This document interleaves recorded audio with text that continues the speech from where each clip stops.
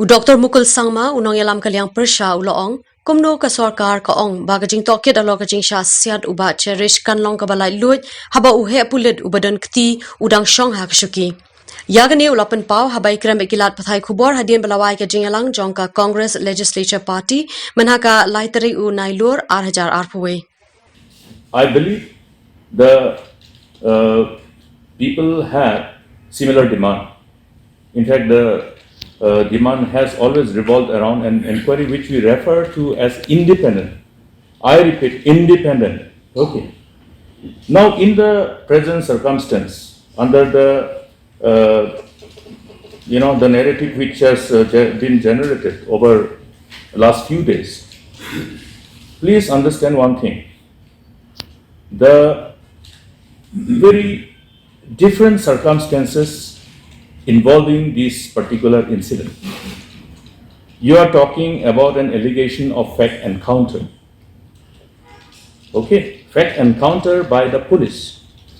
Therefore, the inquiry, if it has to be independent, it has to be really independent.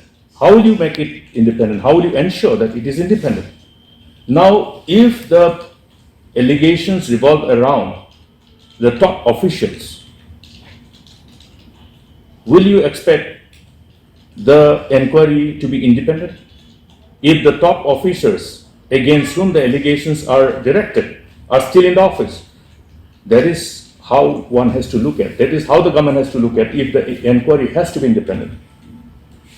Okay, I am talking inconsistent with the provisions of law and on the expected line as to how the authorities will have to act to ensure if the inquiry has to be independent, completely insulated from any external pressure, because you will have number of police personnel of lower rank who will have to be questioned. Now, will they be really free to speak and share the truth?